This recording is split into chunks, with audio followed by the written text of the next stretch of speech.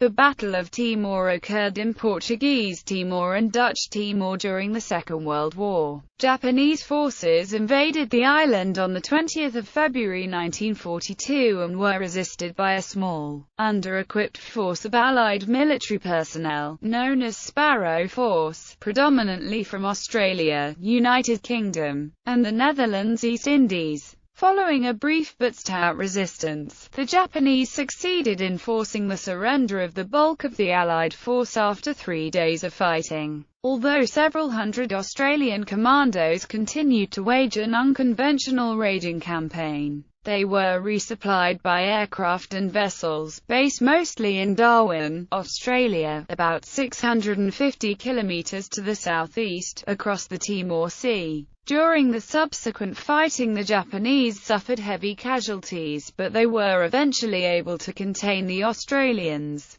The campaign lasted until 10 February 1943, when the final remaining Australians were evacuated, making them the last Allied land forces to leave Southeast Asia, following the Japanese offensives of 1941–42. As a result, an entire Japanese division was tied up on Timor for more than 6 months, preventing its deployment elsewhere. Although Portugal was not a combatant, many East Timorese civilians and Portuguese European colonists fought with the Allies, or provided them with food, shelter and other assistance. Some Timorese continued a resistance campaign following the Australian withdrawal. For this, they paid a heavy price, and tens of thousands of Timorese civilians died as a result of the Japanese occupation, which lasted until the end of the war in 1945. Background: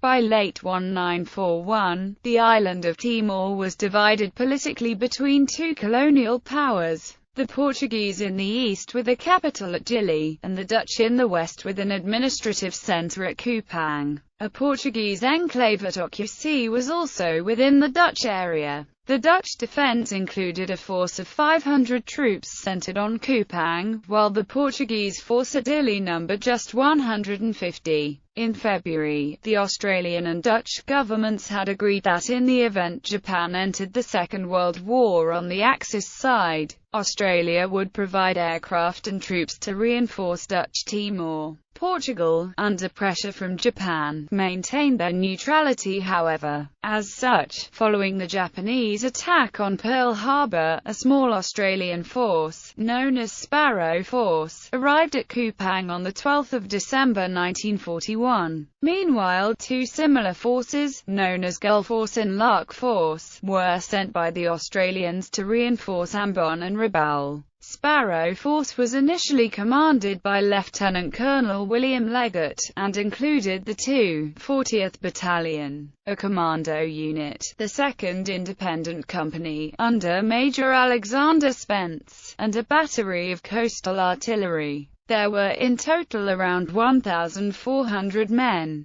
The force reinforced Royal Netherlands East Indies Army troops under the command of Lieutenant Colonel Nico van Straten, including the Timor and Dependencies Garrison Battalion, a company from the 8th Infantry Battalion, a reserve infantry company, a machine gun platoon from the 13th Infantry Battalion and an artillery battery. Air support consisted of 12 Lockheed Hudson light bombers of No. 2 Squadron, a Royal Australian Air Force. Sparrow Force was initially deployed around Kupang, and the strategic airfield of Penfura in the southwest corner of the island. Although other units were based at Klapalima, USAPA Basar and Babao, while a supply base was also established further east at Champlong. Up to this point, the government of Portugal had declined to cooperate with the Allies, relying on its claim of neutrality and plans to send an 800-strong force from Mozambique to defend the territory in the event of any Japanese invasion. However, this refusal left the Allied flank severely exposed, and a 400-man combined Dutch-Australian force subsequently occupied Portuguese Timor on 17 December. In response, the Portuguese Prime Minister, António de Oliveira Salazar, protested to the Allied governments, while the governor of Portuguese Timor declared himself a prisoner in order to preserve the appearance of neutrality. No resistance was offered by the small Portuguese garrison, however, and the local authorities tacitly cooperated,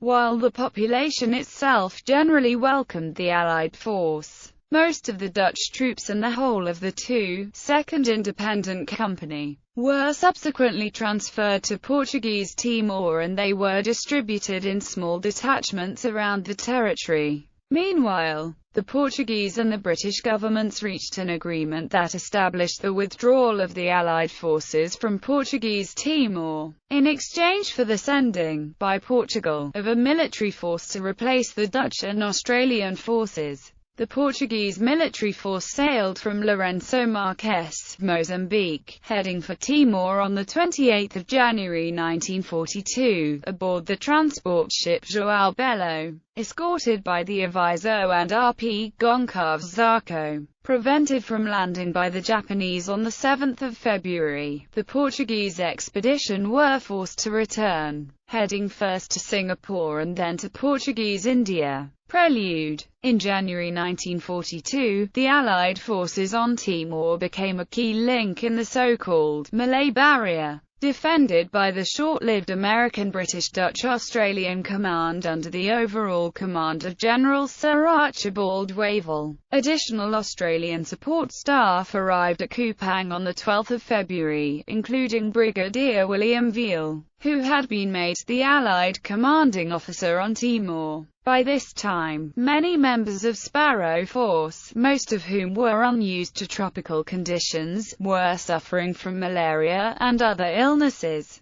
The airfield at Penfue in Dutch Timor also became a key air link between Australia and American forces fighting in the Philippines under General Douglas MacArthur. Penfue came under attack from Japanese aircraft on 26 and 30 January 1942, however the raids were hampered by the British anti-aircraft gunners and, to a lesser degree, by P-40 fighters of the 33rd Pursuit Squadron, United States Army Air Forces, 11 of which were based in Darwin. Later, another 500 Dutch troops and the British 79th Light Anti-Aircraft Battery arrived to reinforce Timor, while an additional Australian-American force was scheduled to arrive in February. Meanwhile, Rabaul fell to the Japanese on 23 January, followed by Ambon on 3 February, and both Gulf Force and Lark Force were destroyed. Later, on 16 February, an Allied convoy carrying reinforcements and supplies to Kupang, escorted by the heavy cruiser US Houston, the destroyer US Perry, and the sloops HMAS Swan and Warrego, came under intense Japanese air attack and was forced to return to Darwin without landing. The reinforcements had included an Australian Pioneer Battalion, the 4th Pioneer Battalion, and the 49th American Artillery Battalion. Sparrow Force could not be reinforced further, and as the Japanese moved to complete their envelopment of the Netherlands East Indies, Timor was seemingly the next logical target. Battle. Japanese invasion of Portuguese Timor. 1920 February 1942. On the night of 1920 February, 1,500 troops from the Imperial Japanese Army's 228th Regimental Group, 38th Division, 16 Army, under the command of Colonel Sadashi Chidoi, began landing in Dili. Initially, the Japanese ships were mistaken for vessels carrying Portuguese reinforcements, and the Allies were caught by surprise. Nevertheless, they were well prepared, and the garrison began an orderly withdrawal, covered by the 18-strong Australian Commando No. 2 section stationed at the airfield. According to Australian accounts of the resistance to the Japanese landings at Dili, the commandos had killed an estimated 200 Japanese in the first hours of the battle, although the Japanese army recorded its casualties as including only 7 men. Native accounts of the landings support the Australian claims, however. Another group of Australian commandos, No. 7 section, was less fortunate, driving into a Japanese roadblock by chance. Despite surrendering, according to military historian Brad Minera, all but one were massacred by the Japanese. Outnumbered, the surviving Australians then withdrew to the south and to the east, into the mountainous interior. Van Straten and 200 Dutch East Indies troops headed southwest toward the border. Japanese landings in Dutch Timor, 1920 February 1942. On the same night, Allied forces in Dutch Timor also came under extremely intense air attacks, which had already caused the small RAF force to be withdrawn to Australia. The bombing was followed up by the landing of the main body of the 228th Regimental Group, 2 battalions totaling around 4,000 men, on the undefended, southwest side of the island. At the Paha River, 5 Type 94 tankets were landed to support the Japanese infantry, and the force advanced north, cutting off the Dutch positions in the west and attacking the 240th Battalion positions at Penfua. A Japanese company thrust northeast to USUA, aiming to cut off the Allied retreat. In response, Sparrow Force HQ was immediately moved further east, towards Champlong. Leggett ordered the destruction of the airfield, but the Allied line of retreat towards Champlong had been cut off by the dropping of about 300 Japanese Marine paratroopers from the 3rd Yokosuka Special Naval Landing Force, near USUA, 22 kilometers east of Kupang. Sparrow Force HQ moved further eastward, and Leggett's men launched a sustained and devastating assault on the paratroopers, culminating in a bayonet charge. By the morning of the 23rd of February, the 240th Battalion had killed all but 78 of the paratroopers, but had been engaged from the rear by the main Japanese force once again. With his soldiers running low on ammunition, exhausted, and carrying many men with serious wounds, Leggett accepted a Japanese invitation to surrender at USUA. The 240th Battalion had suffered 84 killed and 132 wounded in the fighting, while more than twice that number would die as prisoners of war during the next 2.5 years. Veal and the Sparrow Force HQ force, including about 290 Australian and Dutch troops, continued eastward across the border, to link up with the Two Halves Independent Company. Australian commandos continued to resist. August 1942. By the end of February, the Japanese controlled most of Dutch Timor and the area around Dili in the northeast. However, they could not move into the south and east of the island without fear of attack. The 2nd Independent Company was specially trained for commando-style, stay-behind operations, and it had its own engineers and signallers. Although it lacked heavy weapons and vehicles, the commandos were hidden throughout the mountains of Portuguese Timor, and they commenced raids against the Japanese, assisted by Timorese guides, native carriers and mountain ponies. Although Portuguese officials, under Governor Manuel Turabru Ferreira de Carvalho, remained officially neutral and in charge of civil affairs, both the Portuguese and the indigenous East Timorese were usually sympathetic to the Allies, who were able to use the local telephone system to communicate among themselves and to gather intelligence on Japanese movements. However, the Allies initially did not have functioning radio equipment and were unable to contact Australia to inform them of their continued resistance. DOI sent the Australian Honorary Consul, David Ross, also the local Qantas agent, to find the commandos and pass on a demand to surrender. Spence responded, "Surrender. Surrender be fucked." Ross gave the commandos information on the disposition of Japanese forces and also provided a note in Portuguese, stating that anyone supplying them would be later reimbursed by the Australian government.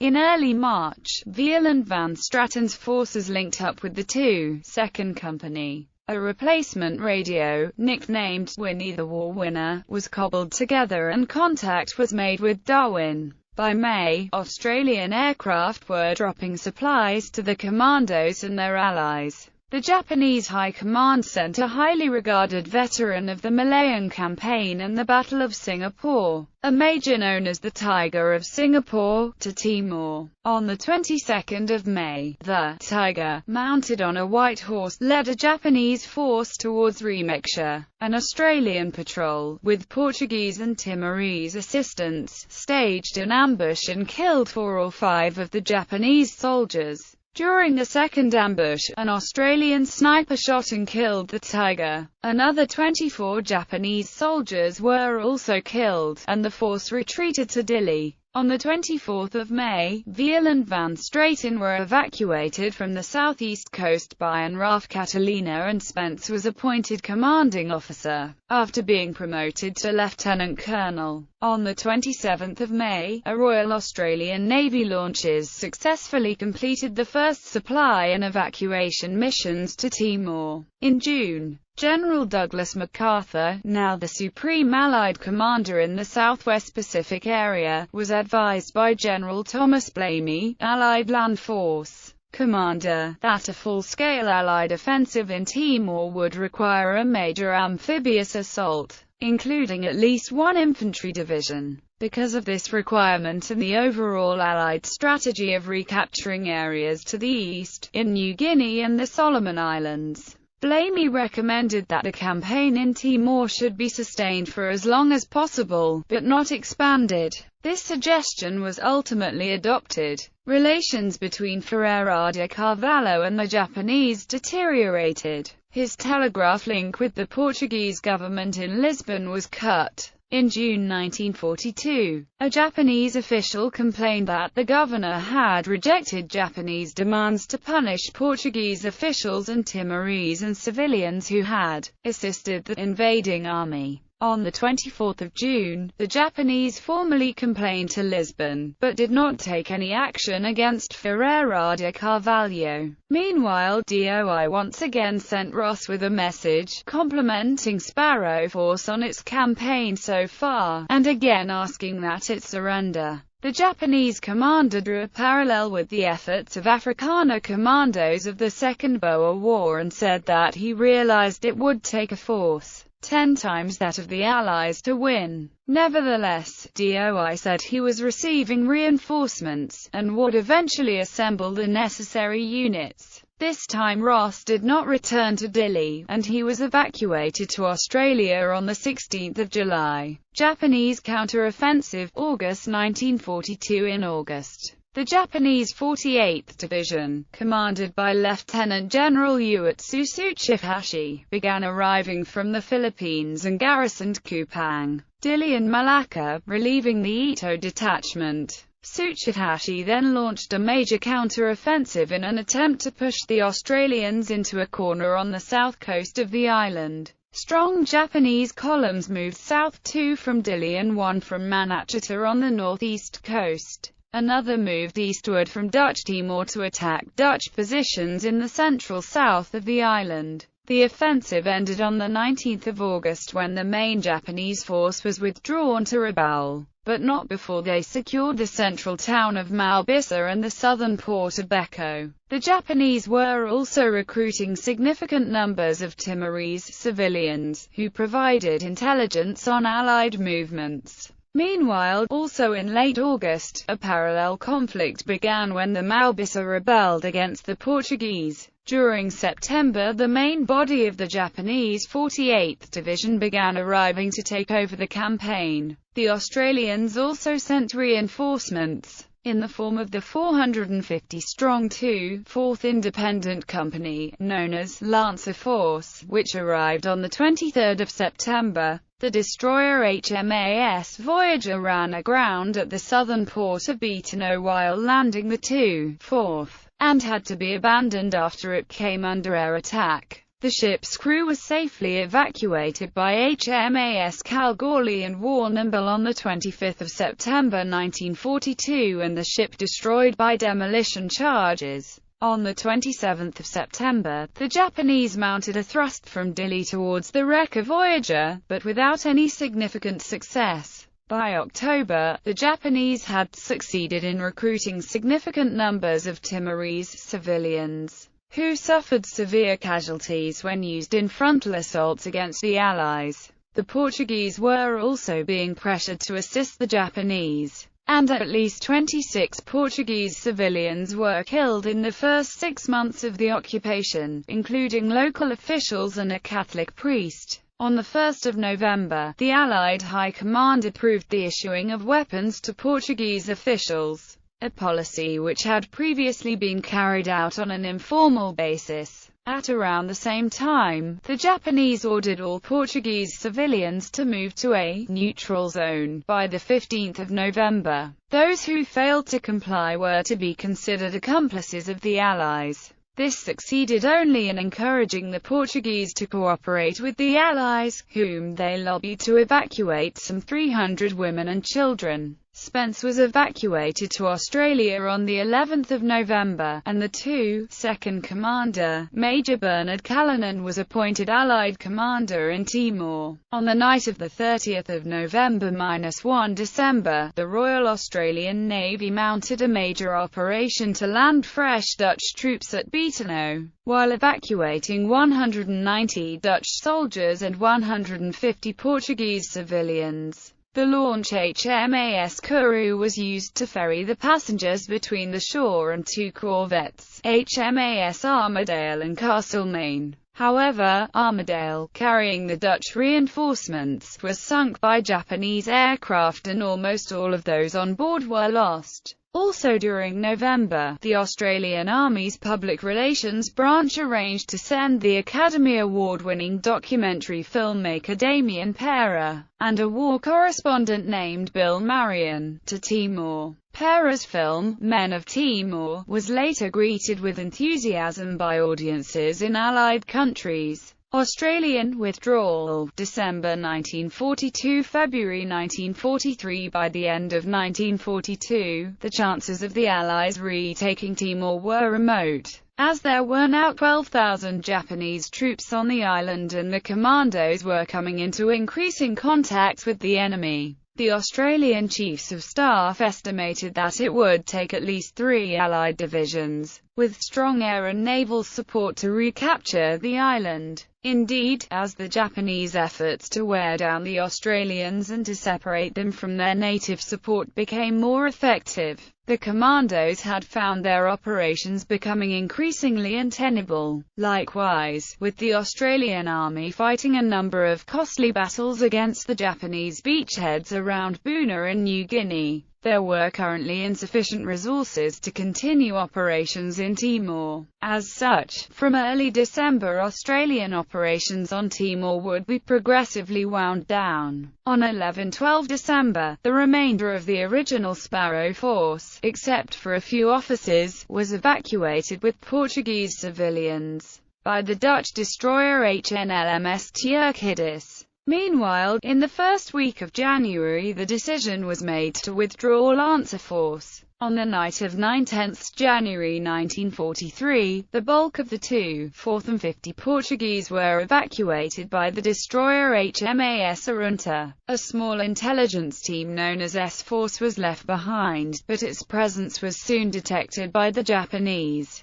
With the remnants of Lancer Force, S-Force made its way to the eastern tip of Timor, where the Australian-British Z Special Unit was also operating. They were evacuated by the American submarine Usgudgeon on 10 February. 40 Australian commandos were killed during this phase of the fighting, while 1,500 Japanese were believed to have died.